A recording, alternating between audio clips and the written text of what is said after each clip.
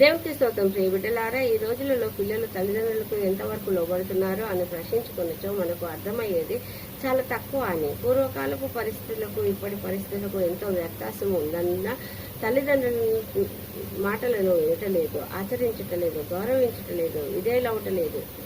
వారు అనుభవంతో చెప్పుచున్నారు కదా అని కూడా ఆలోచించరు. కుటుంబంలో ప్రేమను, అనుబంధాలు తగ్గిపోయినాయి. సమాధానము, సంతోషములు తగ్గిపోయినాయి.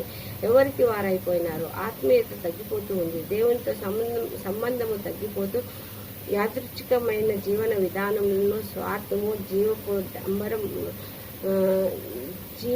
డంబములను, నేత్రాశులకు లోబడిపోతున్నారు. కాబట్టి దేవుడు అట్టి వారితో మాట్లాడుతూ, గిలాదు వాడైన యెఫ్తా వేశ్యకుమారుడును తన వారి అందరితో వెలివేయబడి అల్లరి జనముతో సంచరించినప్పటికీ తండ్రి అయిన యెహోవా యందు భయమును కలిగిన వాడై, నీతికి న్యాయమునకై నిలబడిన వాడై, ఇశ్రాయేలీయులు ఐగుప్తు నుండి వచ్చినప్పుడు న్యాయముగా సమాధానంతో వారికి దేవుడిచ్చుచున్న పాలు తేనెలు ప్రవహించే దేశమునకు పోవుటకు మార్గమును అడిగినప్పుడు వారికి సహాయము చేయలేదు ఎదోము రాజు, మోయాబు రాజు. కాబట్టి అరణ్యము చుట్టూ తిరిగి కనాన్లో ప్రవేశించింది. అయినప్పటికీ అమ్మోనీయుల రాజైన సీహోను అన్యాయముగా యుద్ధము వారిపై చేసిరి ఇశ్రాయేలీయులతో. కాబట్టి దేవుడు వారిని తన ప్రజలకు అప్పగించుటచే వారు ఆ దేశములను స్వాధీనపరచుకున్నది. కాబట్టి అన్యాయముగా యుద్ధమునకు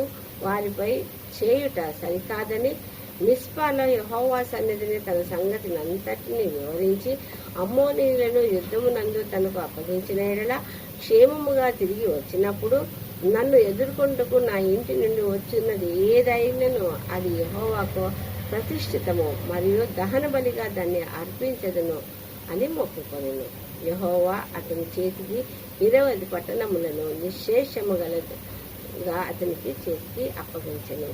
విజయోత్సవంతో ఇంటికి తిరిగి వచ్చినప్పుడు అతని ఏకైక కుమార్తె తండ్రిని ఎదుర్కొంటూ తంబూరతోనూ నాట్యముతోనూ వచ్చినప్పుడు బహుదుఃఖముతో పొంగిపోయి, యెహోవాకు మాట ఇచ్చితిని, వెనుతీయలేనే అనగా ఆ కూతురు తన తండ్రి యెహోవా యందు చూపిన భయభక్తులను చూచినదై తను కూడా కూతురిగా తన తండ్రికి యెహోవాకు మొక్కిన మొక్కుకై, నీ నోటి నుండి బయలుదేరిన మాట చొప్పున నాకు చేయుము.